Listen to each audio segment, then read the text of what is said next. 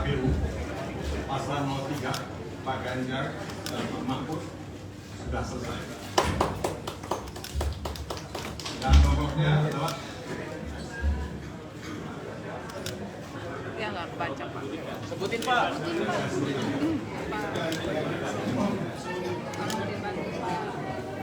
nomornya adalah 02, kemudian Strip.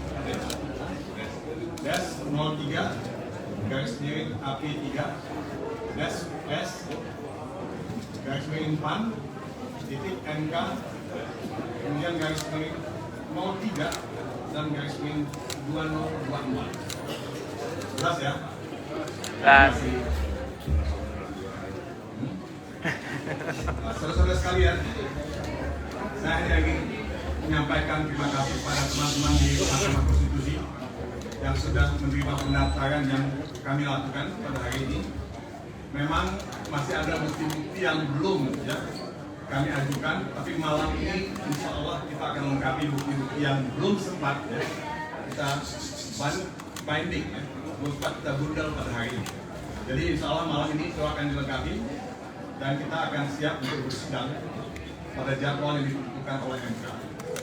Nah, saudara-saudara, permohonan kami cukup tebal, itu 151 halaman. Ya, itu belum disertai dengan, belum termasuk bukti-bukti ya, dan lampiran yang lain. Tentu ada positas seperti biasa, ada petitum. Nah, saya ingin menjelaskan beberapa hal secara sangat umum, karena secara detail nanti akan kita sampaikan pada persidangan di MK nanti. Pada intinya, seperti juga sudah diungkapkan di media, kami meminta diskualifikasi kepada pasangan paslon 02 yang menurut hemat kami ya, telah didaftarkan dengan melanggar ketentuan hukum ya, dan etika. Dan itu sebetulnya sudah dikonfirmasi oleh MK-MK dan terakhir oleh DKPP. Tapi saya tidak ingin detail mengenai hal ini. Saya ingin menunjukkan semacam apa ya, indikasi. Kemudian juga tentu karena ada diskualifikasi, kita juga memohon pemungutan suara ulang di seluruh TPS di Indonesia. Jadi bukan di satu tempat atau dua tempat, tapi di seluruh Indonesia. Dan tentu kami juga meminta kepada MK untuk membatalkan keputusan KPU yang kita sama-sama dengarkan beberapa hari yang lalu, dan memerintahkan KPU untuk mengadminister menyelenggarakan pemilihan atau pemungutan suara ulang seperti yang kami minta.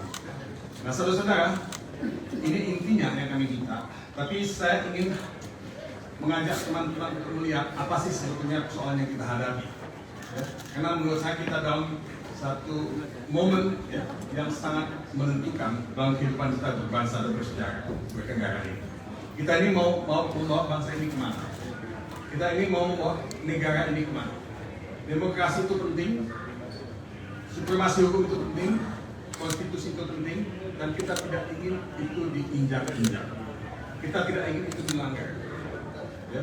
Nah, kita melihat asal-muasal ini semua adalah nepotisme. Sekali lagi saya ucapkan nepotisme yang membuahkan abuse of power, penyalahgunaan kekuasaan yang terkoordinasi. Ya? Nah, ini yang menjadi inti dari persoalan kebangsaan dan kenegaraan yang kita hadapi. Karena nepotisme itu melahirkan abuse of power yang punya ramifikasi ya, yang begitu banyak. Nah, ramifikasinya apa? Yaitu putusan MK nomor 90 salah satu. Ya, itu ramifikasinya. Nah, Anda bisa lihat putusan MK-MK, putusan DKPP dan sebagainya. Nah, ramifikasinya yang lain apa? Intervensi kekuasaan. Kemudian politisasi bansos, itu ramifikasinya. Dan kriminalisasi kepala desa yang begitu banyak kita saksikan di banyak tempat. Kami ini ikut kampanye dan ikut berkali-kali ke daerah dan bertemu dengan kepala desa, bertemu dengan lurah, bertemu dengan aktivis-aktivis, dan kita mendengarkan, merasakan begitu banyak kriminalisasi dan intimidasi yang dilakukan. Nah, saudara-saudara, ini hanya sebagian dari apa yang kami muat dalam permohonan kami. Masih ada lagi misalnya penyalahgunaan sistem IT KPU yang menurut kami sangat banyak diperbincangkan dan tidak bisa diterima sama sekali. Sirekap salah satu contoh, dan kami sudah bertemu dengan banyak pihak yang mengatakan banyak sekali masalah dengan Sirekap dan penggelembungan suara itu bisa terjadi di sana. Ada lagi isu masalah DPT bermasalah. Tapi sekali lagi saudara-saudara, saya tidak ingin mengungkapkan itu semua. Yang saya ingin katakan, bola itu ada di Mahkamah Konstitusi. Bola itu ada di Mahkamah Konstitusi dan MK itu adalah guardian of the Constitution. Sebagai guardian of the Constitution, MK itu mesti melaksanakan konstitusi. MK itu mesti melaksanakan hukum, mesti menegakkan demokrasi. Dan MK diuji apakah dia akan bisa bertahan sebagai Mahkamah Konstitusi atau akan menjadi kepanjangan tangan berpasangan. Nah, saya kasih pulang kepada MK untuk membuktikan dirinya di panggung sejarah Indonesia. Saudara, ini beberapa hal yang saya ingin sampaikan. Tentu kalau saudara bicara mengenai tujuan kami, tentu kami ingin memenangkan. Seperti pada Pilpres, karena kami yakin kita punya dukungan pemilih yang cukup banyak. Saya tidak pernah percaya bahwa dukungan terhadap Ganjar dan Mahfud pada level seperti sekarang ini. Kalau saya mendengar denyut nadi antusiasme dari masyarakat yang kita datangi setiap saat. Tapi saya tidak ingin mengungkapkan banyak hal, karena buat saya, bagi mereka yang datang ke kampanye itu obvious mereka akan merasakan. Jadi ini yang akan kita bawa ke MK. Tapi sekali lagi soalnya saudara-saudara, ini tidak semata-mata soal Ganjar dan Mahfud. This is not a matter of winning or losing. Winning is important. Losing, we are willing to lose kalau itu fair, kalau itu adil.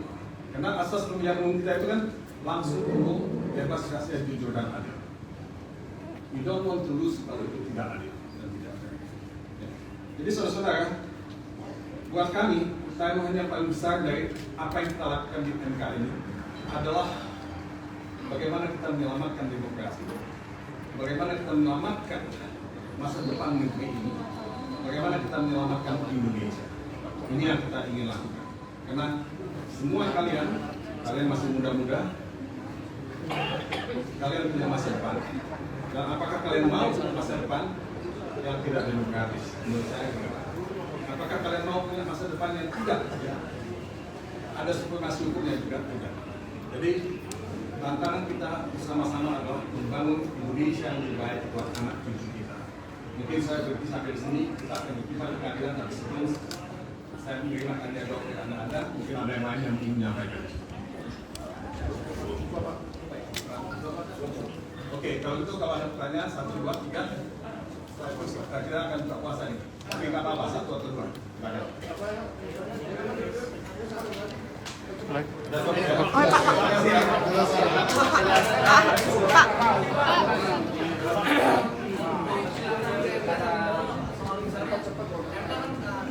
Langsung.